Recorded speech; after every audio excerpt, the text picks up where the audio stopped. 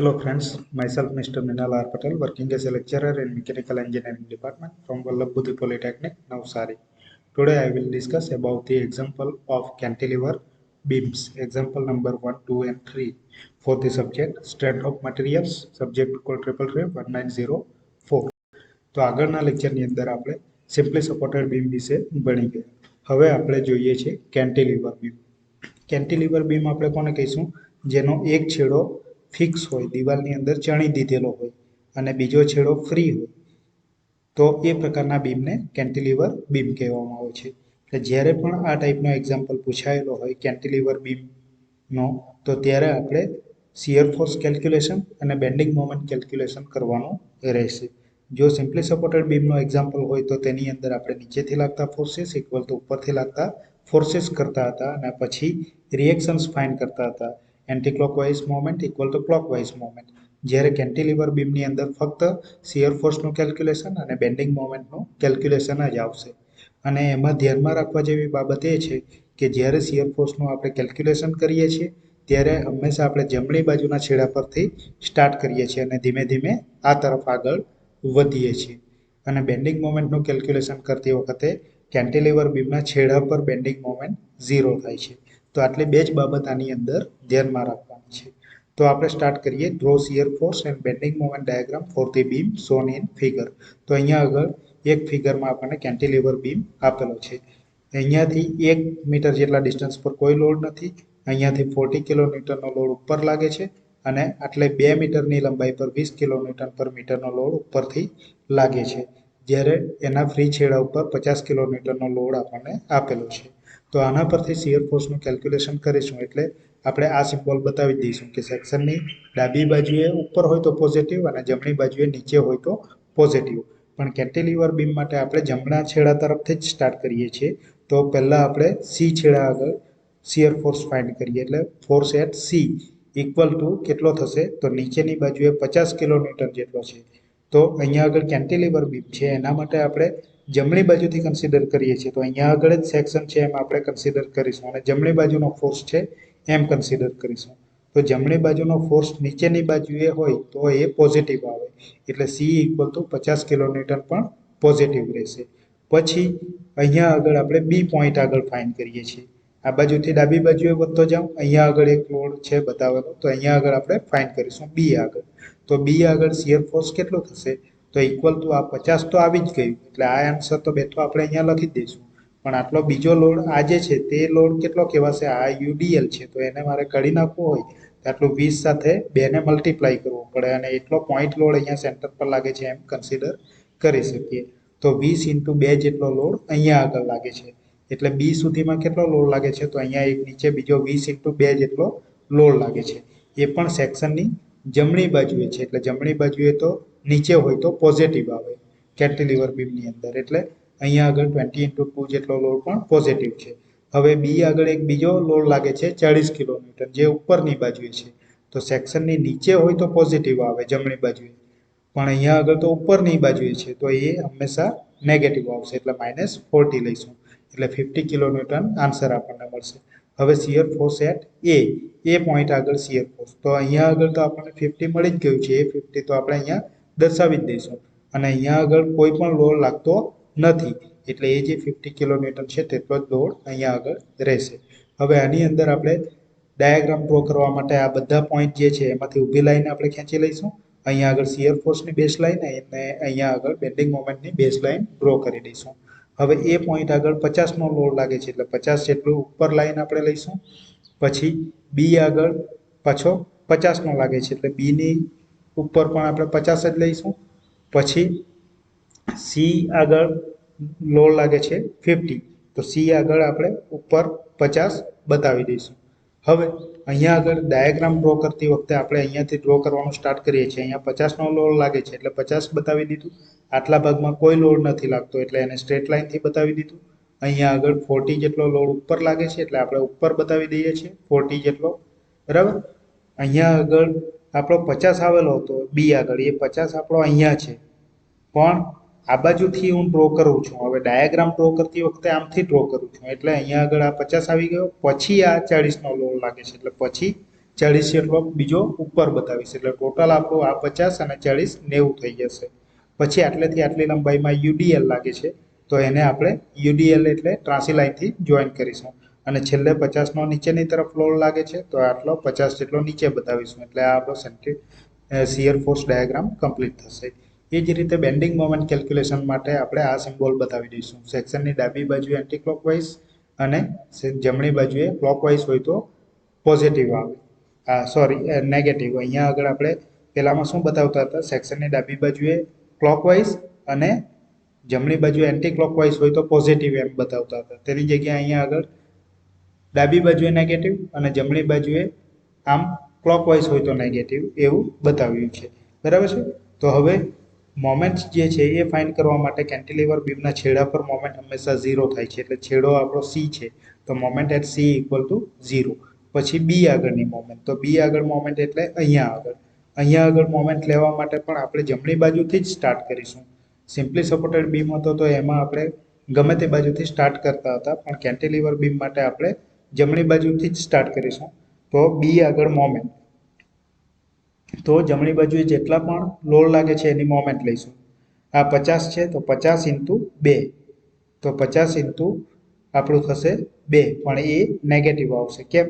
કારણ કે સેક્શનની જમણી બાજુએ છે અને જમણી બાજુએ જો ક્લોકવાઇઝ હોય તો એ શું આવશે? નેગેટિવ એટલે માઇનસ. અને પછી બીજો એક લોડ લાગે છે અહીંયા 20 ઇન્ટુ 2 જેટલો લોડ કહેવાશે. આ 2 મીટર જેટલા ડિસ્ટન્સ પર યુડીએલ લાગે છે. આ યુડીએલને મારે કરવો હોય તો આ જે 2 છે એને અહીંયા ઇન્ટુ 2 કરી દેવું પડે એટલે 20 ઇન્ટુ 2 જેટલો પોઈન્ટ લોડ અહીંયા લાગે છે એમ કન્સિડર થશે. અને 20 ઇન્ટુ 2 જેટલો લોડ અને આટલું ડિસ્ટન્સ બી સુધી પહોંચવા માટે આટલું ડિસ્ટન્સ એટલે 1 મીટર. તો 20 ઇન્ટુ 2 ઇન્ટુ 1 પણ એ પણ ક્લોકવાઇઝ છે અને સેક્શનની જમણી બાજુએ છે એટલે એ નેગેટિવ આવશે એટલે અહીંયા આગળ માઇનસ લખ્યું છે એટલે આન્સર મળશે -140 કિલોન્યુટન ઇન્ટુ મીટર. એ જ રીતે મોમેન્ટ એટ એ, તો બધા જ લોડ આપણે આ બાજુથી કન્સિડર કરીએ તો આ 50 ઇન્ટુ 3 એ ક્લોકવાઇઝ છે એટલે માઇનસ આવશે. પછી આ 20 ઇન્ટુ 2 જેટલો લોડ અહીંયાથી આટલો ડિસ્ટન્સ એટલે આ એક અને આ એક એટલે 2 જેટલું ડિસ્ટન્સ થશે. તો -20 ઇન્ટુ 2 જેટલો લોડ અને 2 જેટલું ડિસ્ટન્સ. પછી એ પણ ક્લોકવાઇઝ છે એટલે નેગેટિવ લઈએ છીએ. પછી આ એન્ટી ક્લોકવાઇઝ થશે કારણ કે ઉપર લાગે છે અને એને આપણે અહીંયા પહોંચાડીએ છીએ. તો 40 જેટલો લોડ અને 1 જેટલું ડિસ્ટન્સ તો 40 ઇન્ટુ 1 પણ એ એન્ટી ક્લોકવાઇઝ છે અને સેક્શનની જમણી બાજુએ છે. તો સેક્શનની જમણી બાજુએ જો એન્ટી ક્લોકવાઇઝ હોય તો એ શું આવશે? પોઝિટિવ એટલે પ્લસ લખીશું એટલે આપણને -190 કિલોન્યુટન ઇન્ટુ મીટર મળશે. તો આની વેલ્યુ પણ આપણે અહીંયાથી માર્ક કરી દઈશું. એ આગળ -120 એટલે બેઝ લાઇનથી 190 જેટલું નીચે લઈશું. મોમેન્ટ એટ બી -140 એટલે બેઝ લાઇનથી 140 જેટલું નીચે લઈશું અને સી આગળ 0 છે. તો આને હવે આપણે જોઈન કરીશું. તો આટલા ભાગમાં આડી લાઈન છે એટલે બેન્ડિંગ મોમેન્ટ ડાયાગ્રામમાં એ ત્રાસી લાઈન વડે દર્શાવાશે. જ્યારે આટલા ભાગમાં ત્રાસી લાઈન છે તો આટલો ભાગ જે છે તે કર્વ વડે દર્શાવાશે એટલે આપણો બેન્ડિંગ મોમેન્ટ ડાયાગ્રામ કમ્પ્લીટ થશે. એ જ પ્રકારનો આપણે બીજો એક્ઝામ્પલ જોઈએ કે આ એક ફિગર આપેલી છે આપણને, એના પરથી આપણે શિયર ફોર્સ ડાયાગ્રામ અને બેન્ડિંગ મોમેન્ટ ડાયાગ્રામ ડ્રો કરવાનું છે. તો આ ફિગરમાં આપણે જોઈ શકીએ છીએ કે શિયર ફોર્સનું જ્યારે કેલ્ક્યુલેશન કરીશું ત્યારે ડી આગળ કોઈ પણ ફોર્સ લાગતો નથી, ફક્ત આપણે અહીંયા એક ટેકો બતાવેલો છે તો ડી આગળ 0 થશે. શિયર ફોર્સ સી આગળ, તો સી આગળ કેટલી થશે? તો અહીંયા આગળ 10 ઇન્ટુ 1 જેટલો લોડ બીજો લાગે છે. આટલો યુડીએલ હું કાઢી નાખીશ એટલે આ 10 સાથે ઇન્ટુ આટલું ડિસ્ટન્સ 1 કરવું પડે અને એટલો પોઈન્ટ લોડ અહીંયા સેન્ટર પર લાગે છે એમ કહી શકીએ. એટલે 10 ઇન્ટુ 1 એટલે 10 કિલોન્યુટન અહીંયા આવશે. પછી આટલા ભાગમાં કોઈ લોડ નથી લાગતો એટલે શિયર ફોર્સ એટ બી મારે કરવું હોય તો 10 પ્લસ આટલામાં તો કોઈ લોડ નથી પણ અહીંયા આગળ એક બીજો 10 લાગે છે એટલે પ્લસ 10. સેક્શનની જમણી બાજુએ છે અને નીચે છે એટલે એ પોઝિટિવ થશે એટલે 10 પ્લસ 10 ઇક્વલ ટુ 20 કિલોન્યુટન મળશે. પછી શિયર ફોર્સ એટ એ આગળ શિયર ફોર્સ કેટલો છે? તો અહીંયા સુધી તો આપણે 20 ગણી ગયા છે. હવે અહીંયા આગળ કોઈ લોડ લાગતો નથી એટલે એ પણ વેલ્યુ આવશે આપણી 20 કિલોન્યુટન. તો એને આપણે માર્ક કરી દઈશું એ પર 20, પછી બી પર 20 એટલે અહીંયાથી આ જે બી છે એટલો 20, સી પર 10 એટલે અહીંયાથી 10 જેટલો ડિસ્ટન્સ અને ડી પર 0. હવે અહીંયાથી આપણે સ્ટાર્ટ કરીશું. એ પર 20 છે એટલે 20 જેટલો ઉપરની તરફ. આટલા ભાગમાં અહીંયા આગળ કોઈ લોડ નથી એટલે એ આડી લાઈનથી દર્શાવીશું. પછી 10 જેટલો નીચે લોડ લાગે છે એટલે એને નીચે લઈશું 10 જેટલો. પછી અહીંયાથી આટલા ભાગમાં કોઈ લોડ નથી એટલે સ્ટ્રેટ લાઇનથી દર્શાવીશું, અને આટલા ભાગમાં યુડીએલ છે એટલે ત્રાસી લાઇન વડે દર્શાવીશું. હવે બેન્ડિંગ મોમેન્ટનું કેલ્ક્યુલેશન કરશું. તો બેન્ડિંગ મોમેન્ટ માટે છેડા પર બેન્ડિંગ મોમેન્ટ 0 એટલે એમડી ઇક્વલ ટુ 0 થશે. એમસી ઇક્વલ ટુ સી આગળ આપણે ફાઇન્ડ કરવું છે, તો આ લોડ ઇન્ટુ આટલી ડિસ્ટન્સ, બરાબર. હવે ડી આગળ આપણો લોડ કેટલો આવેલો છે? ડી આગળ તો 0 હતો, બરાબર છે. જ્યારે આ જે લોડ છે એ ઉપરની તરફ લાગે છે, ઉપરથી નીચેની તરફ લાગે છે, એટલે 10 ઇન્ટુ 1 જેટલો લોડ અહીંયા લાગે છે. અને ડિસ્ટન્સ આપણું કેટલું થશે? ડિસ્ટન્સ અહીંયાથી આટલું, બરાબર છે. તો એ થશે 0.5 જેટલું, એટલે 10 ઇન્ટુ 1 જેટલો લોડ અને 0.5 જેટલું ડિસ્ટન્સ. એ સેક્શનની જમણી બાજુએ ક્લોકવાઇઝ છે એટલે એ નેગેટિવ આવશે, એટલે માઇનસમાં આવશે, એટલે -5 કિલોન્યુટન ઇન્ટુ મીટર થશે. હવે સેક્શન મોમેન્ટ એટ બી આપણે લઈએ, તો બી આગળ મોમેન્ટ, તો જમણી બાજુએ જેટલા પણ ફોર્સિસ લાગે છે એની આપણે મોમેન્ટ લઈએ છીએ બી સુધી. તો અહીંયાથી આપણે આ 10 ઇન્ટુ 1 જેટલું થશે, અને અહીંયા પોઈન્ટ લોડ લાગે છે એમ કન્સિડર કરીએ, એટલે 10 ઇન્ટુ 1 જેટલો લોડ અહીંયા લાગે છે, અને ડિસ્ટન્સ અહીંયાથી આટલું થશે. આટલું ડિસ્ટન્સ એટલે કેટલું થશે? તો અહીંયાથી આ 0.5 અને બીજું આ 0.5 એટલે 1, એટલે 10 ઇન્ટુ 1 જેટલો લોડ અને 1 જેટલું ડિસ્ટન્સ. તો એ આપણું પોઝિટિવ આવશે કારણ કે જમણી બાજુએ છે, અને સોરી નેગેટિવ આવશે કારણ કે જમણી બાજુએ છે અને ક્લોકવાઇઝ છે એટલે નેગેટિવ. તો -10 કિલોન્યુટન ઇન્ટુ મીટર થશે. એ જ રીતે એ આગળ, તો એ આગળ ફાઇન્ડ કરીશું. તો અહીંયાથી આ 10 ઇન્ટુ 1 જેટલો લોડ અને આટલું ડિસ્ટન્સ, અહીંયાથી આટલું એટલે એ થશે 0.5, 0.5 અને બીજું 0.5 એટલે 1.5 આટલું distance. 10 into 1 into distance 1.5 metre. એ કેવું થશે? તો નેગેટિવ, કારણ કે ક્લોકવાઇઝ મોમેન્ટ છે જમણી બાજુએ.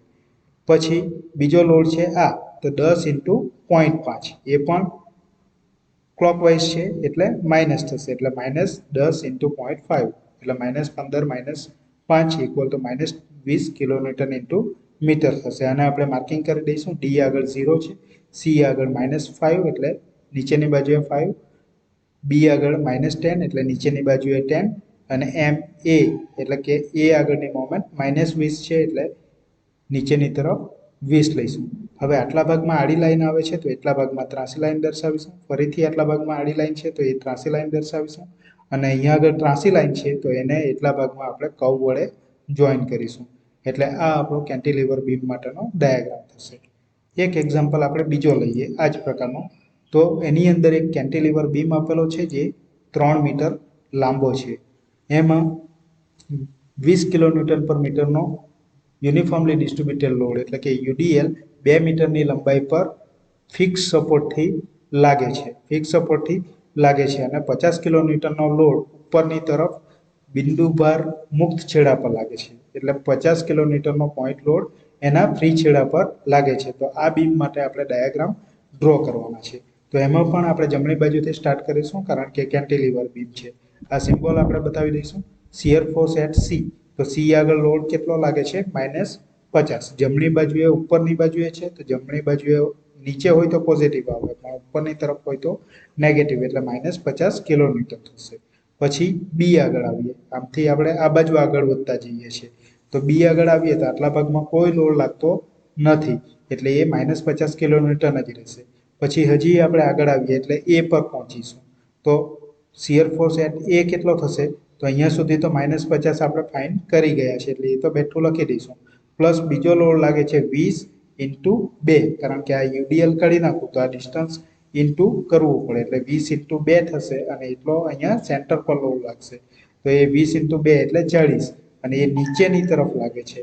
તો શિયર ફોર્સ કેલ્ક્યુલેશન માટે સેક્શનની જમણી બાજુએ જો નીચે લોડ લાગતો હોય તો એ આપણો શું થશે? નીચે લાગે તો પોઝિટિવ, એટલે અહીંયા આગળ પ્લસ લખીએ છીએ એટલે 10 કિલોન્યુટન આવશે. હવે એને આપણે માર્કિંગ કરી દઈશું. એ પર 10 કિલોન્યુટન છે એટલે એ પર 10 આપણો અહીંયા આગળ આવે છે. આ -10 છે, સોરી, -50 + 40 એટલે -10 આવશે, એટલે આ 10 જેટલું નીચે બતાવીશું.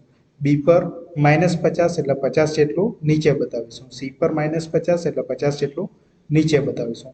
આમથી આપણે ડ્રો કરીએ છીએ તો આ સ્ટ્રેટ લાઇન કોઈ લોડ લાગતો નથી, બરાબર છે. અહીંયા આગળ આ 50નો લાગે છે તો એ 50નો અહીંયા બતાવેલો છે, અથવા અહીંયાથી જ આપણે સ્ટાર્ટ કરીએ કે એ આગળ 10 કિલોમીટરનો લોડ નીચે લાગે છે, -10 છે એટલે -10. પછી આ આટલા ભાગની અંદર આપણો યુડીએલ છે એટલે એ ત્રાસી લાઈન વડે જોઈન કરીશું, અને આટલા ભાગમાં કોઈ લોડ નથી એટલે એ સ્ટ્રેટ લાઈન વડે જોઈન કરીશું. અને અહીંયા આગળ 50નો ઉપર લોડ લાગે છે તો આ 50 જેટલી લાઈન ખેંચીશું, એટલે આ આપણને શીયર ફોર્સ ડાયાગ્રામ મળશે. હવે બેન્ડિંગ મોમેન્ટ ડાયાગ્રામ ડ્રો કરવા માટે છેડા પર બેન્ડિંગ મોમેન્ટ 0 થશે, એટલે moment at C equal to 0 થશે. પછી મોમેન્ટ ઓફ બી આગળ વધીએ અહીંયા આગળ, તો અહીંયા આગળ પણ આપણે જમણી બાજુએથી મોમેન્ટ લઈએ છીએ એટલે 50 × 1, ફક્ત જમણી બાજુના લોડ કન્સિડર કરીશું તો જમણી બાજુ એક જ લોડ છે 50, એટલે 50 × 1 જેટલું ડિસ્ટન્સ, એટલે 50 કિલોમીટર × મીટર આવશે. જમણી બાજુએ એન્ટી ક્લોકવાઇઝ છે એટલે એ આપણું પોઝિટિવ આવશે, એટલે અહીંયા પોઝિટિવ જ રાખેલું છે.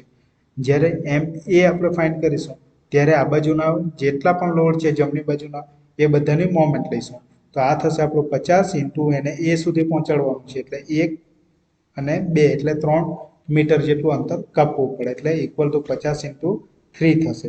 બીજો લોડ અહીંયા લાગે છે 20 × 2 જેટલો, જેને આપણે પોઈન્ટ લોડ કહીશું, તો 20 × 2 જેટલો લોડ અને 1 જેટલું ડિસ્ટન્સ, એટલે -20 × 2 × 1 થશે. માઇનસ કેમ લીધું? કારણ કે ક્લોકવાઇઝ છે અને જમણી બાજુએ ક્લોકવાઇઝ હોય તો માઇનસમાં આવે એટલે માઇનસ લીધું છે.